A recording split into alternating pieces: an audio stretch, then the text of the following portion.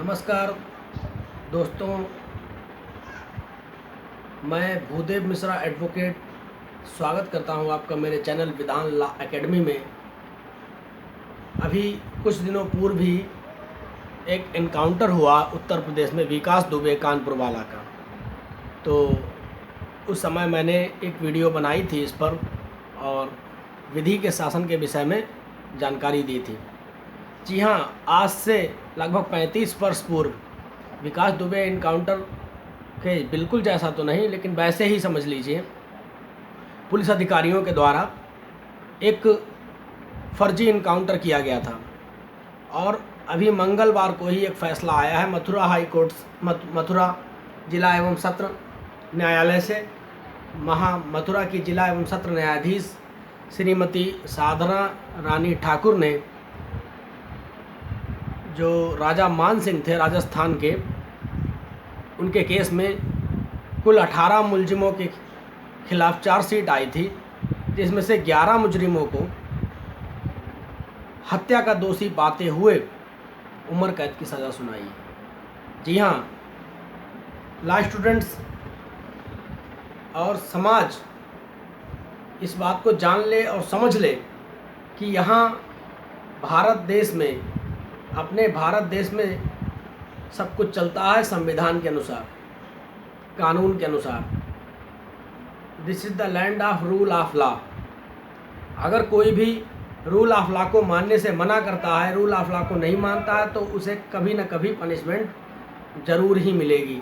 हाँ, ये अलग बात है कि अपने न्यायपालिका की कुछ बहुत कमियां हैं कि जिनकी वजह से न्याय आने में देरी इतनी लग जाती है कि प्रायः ऐसे मामलों में, जो जटिल मामले हैं, उनमें ऐसा हो जाता है कि हाँ, अभियुक्त की मृत्यु हो जाए प्राकृतिक, तो उसे दंड किस बात का मिल पाएगा।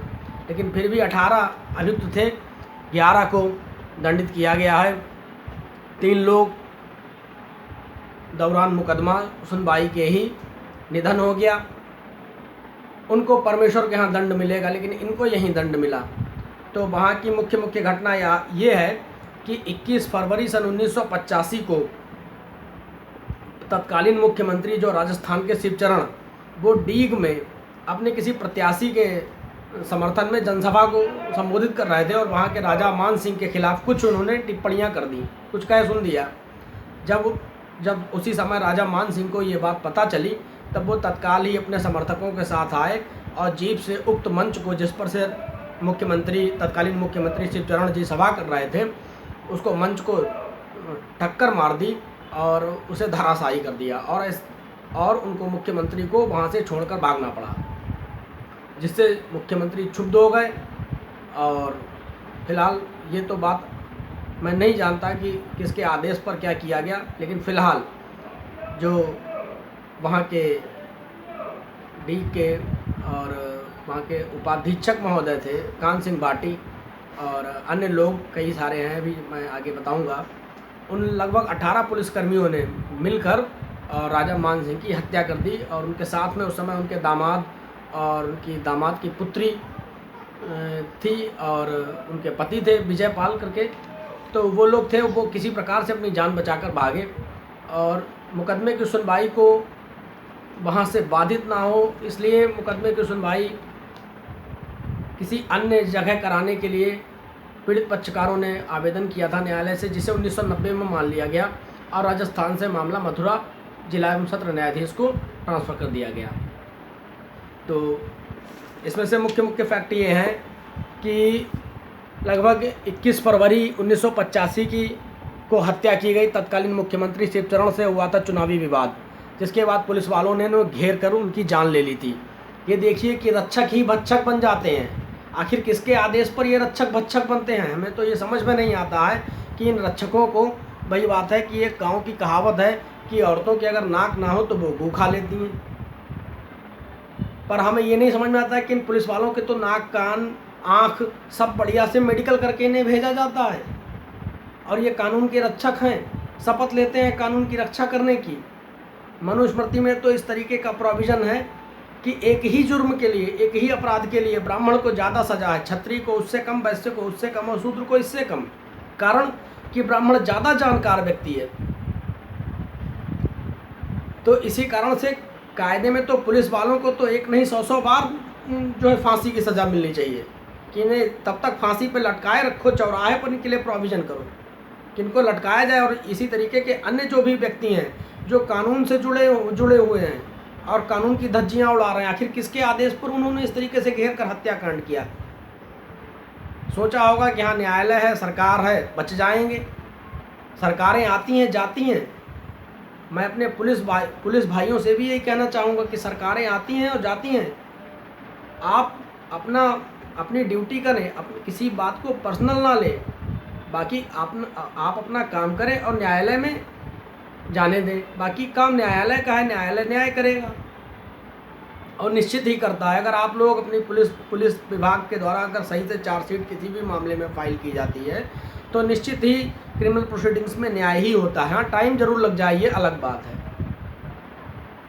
और इतना किसी भी बात को पर्सनल नहीं लिया जाना चाहिए। आखिर किसके आदेश पर ये हत्याकांड को अंजाम दिया गया पता नहीं, मैं नहीं कह सकता किसके आदेश पर, लेकिन जो भी हो, लेकिन फ़िलहाल यहाँ पे रूल ऑफ लॉ की बात है कि तो जिन पुलिसकर्मियों ने उनकी हत्या की थी, आखिर देर सवेर उन्हें सज़ा मिल ही गई। और एक बात और है, अगर इस जहाँ में अगर कोई न्यायालय किसी व्यक्ति को सज़ा नहीं दे पा रहा है तो एक ऊपर वाले की अदालत है, वहाँ सज़ा मिलेगी। चलो फ़िलहाल मैं रूल ऑफ लॉ की बात कर रहा हूँ। CBI ने फिर इस केस की जांच करी। भरतपुर से मामला जो है राजस्थान से मथुरा जिला एवं सत्र न्यायाधीश को ट्रांसफ़र किया गया। और कौन कौन 11 आरोपी दोषी करार दिए गए। चार्जशीट में आरोपी कुल 18 पुलिसकर्मी थे। DSP कान सिंह भाटी के चालक कांस्टेबल महेंद्र सिंह पूर्व में ही बरी किया जा चुका है तथा 3 अन्य आरोपी सिपाही हैं, नेकीराम, सीताराम व कुलदीप सिंह की सुनवाई के दौरान मृत्यु हो गई है। 1990 में मथुरा जिला न्यायालय को मामला स्थानांतरित किया गया था। अब किसको किसको दोषी करार दिया गया ये भी जान लेते हैं। DSP कान सिंह भाटी, तत्कालीन SO वीरेंद्र सिंह, राजस्थान सशस्त्र बल के हेड कांस्टेबल जीवन राम भंवर सिंह और सिपाही हरि सिंह, शेर सिंह, छतर सिंह, पद्माराम जगमोहन व डीग थाने के दूसरे अफसर इंस्पेक्टर रवि शेखर मिश्रा व सिपाही सुखराम को उम्र कैद की सज़ा सुनाई गई। नोट इसमें करने की बात यह है कि पुलिस अधीक्षक कार्यालय में तैनात अपराध सहायक निरीक्षक कान सिंह सीरवी एवं हेड कांस्टेबल हरिकिशन और सिपाही गोविंद प्रसाद निर्दोष करार दिए गए।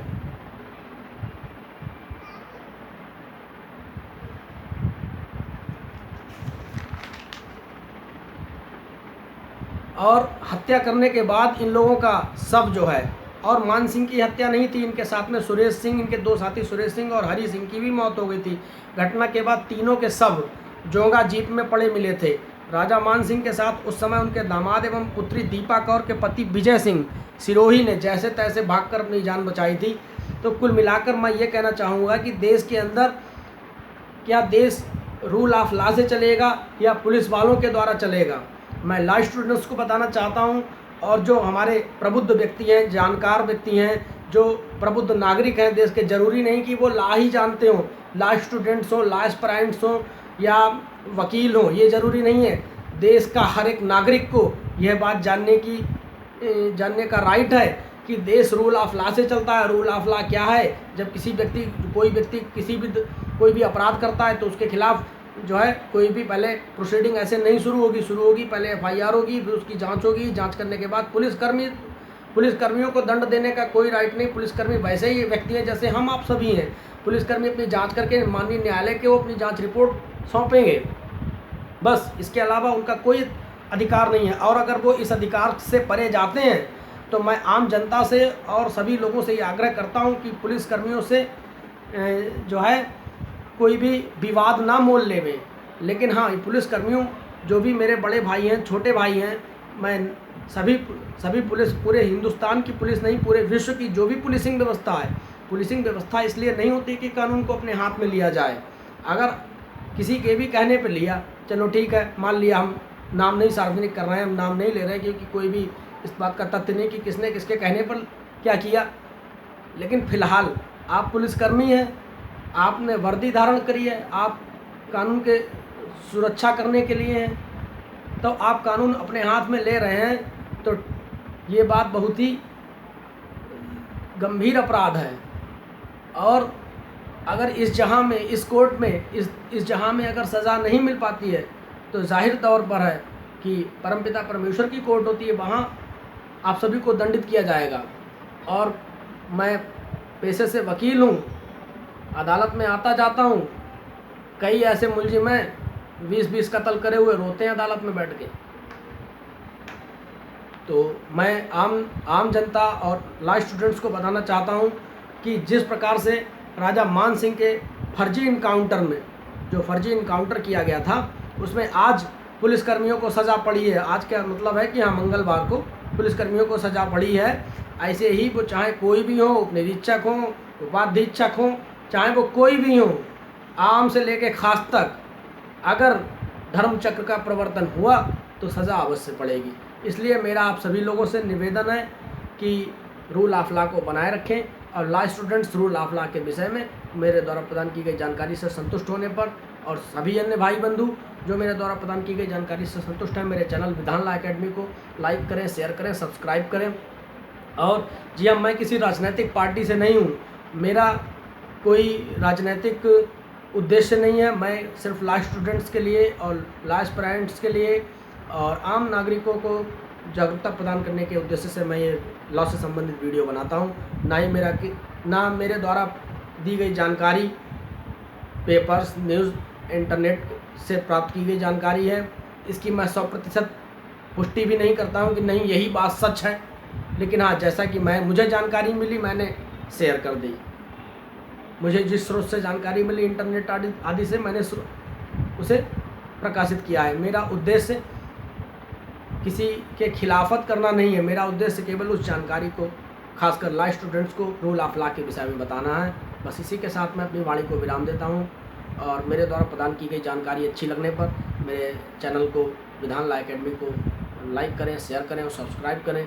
और कोई अन्य विषय में अगर कोई जानकारी चाहते हैं तो उसके संबंध में जो कमेंट करें और मैं उस विषय में जानकारी दूंगा। जय हिंद, जय भारत।